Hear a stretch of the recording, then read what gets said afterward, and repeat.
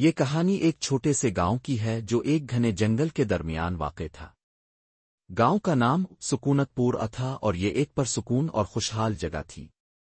گاؤں کے لوگ بہت محنت کش تھے اور ان کی زندگیاں سادہ تھیں۔ ہر کوئی ایک دوسرے کا خیال رکھتا تھا اور یہاں ہر سال موسم بہار میں ایک بڑا میلہ لگتا تھا جس میں پورے گاؤں کے لوگ شامل ہوتے تھے۔ ایک دن گاؤں کے ایک نوجوان لڑکے جس کا نام راجو تھا نے جنگل میں ایک عجیب سی روشنی دیکھی۔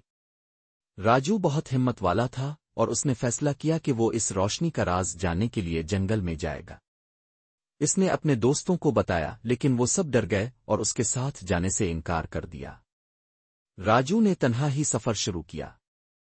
جنگل میں داخل ہوتے ہی راجو کو ایک پراسرار فضا کا احساس ہوا۔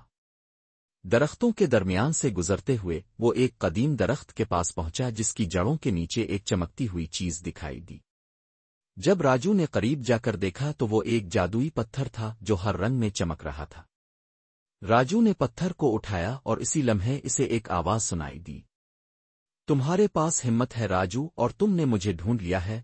راجو نے ارد گرد دیکھا لیکن کسی کو نہیں دیکھا۔ پھر وہ آواز دوبارہ گونجی، میں اس جنگل کی روح ہوں اور یہ جادوئی پتھر تمہیں ایک بڑے کام کے لیے منتخب کرتا ہے۔ راجو حیران رہ گیا۔ اس نے پوچھا، مجھے کیا کرنا ہوگا؟ جنگل کی روح نے جواب دیا، تمہیں ایک پرانے اور خطرناک عفریت کو شکست دینا ہوگا جو اس جنگل کے شمال میں رہتا ہے۔ وہ عفریت ہمارے جنگل کو تباہ کر رہا ہے اور اگر اسے روکا نہ گیا تو یہ پورا علاقہ تباہ ہو جائے گا۔ راجو نے ہمت جمع کی اور کہا، میں یہ کام کروں گا۔ مجھے بتاؤ میں کیا کروں؟ جنگل کی روح نے اسے ایک نقشہ دیا اور کہا، یہ نقشہ تمہیں عفریت کے گڑھ تک لے جائے گا۔ لیکن یاد رکھو تمہیں صرف ہمت ہی نہیں بلکہ دانشمندی کی بھی ضرورت ہوگی۔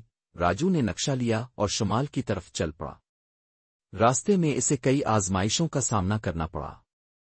ایک جگہ اسے ایک بڑے دریا کو پار کرنا تھا جس میں خطرناک مچھلیاں تیر رہی تھیں۔ راجو نے ایک کشتی بنائی اور دریا کو پار کرنے میں کامیاب ہو گیا۔ پھر اسے ایک تاریک غار سے گزرنا پڑا جہاں بہت سے خوفناک جانور رہتے تھے۔ راجو نے جادوئی پتھر کی روشنی کا استعمال کیا اور غار سے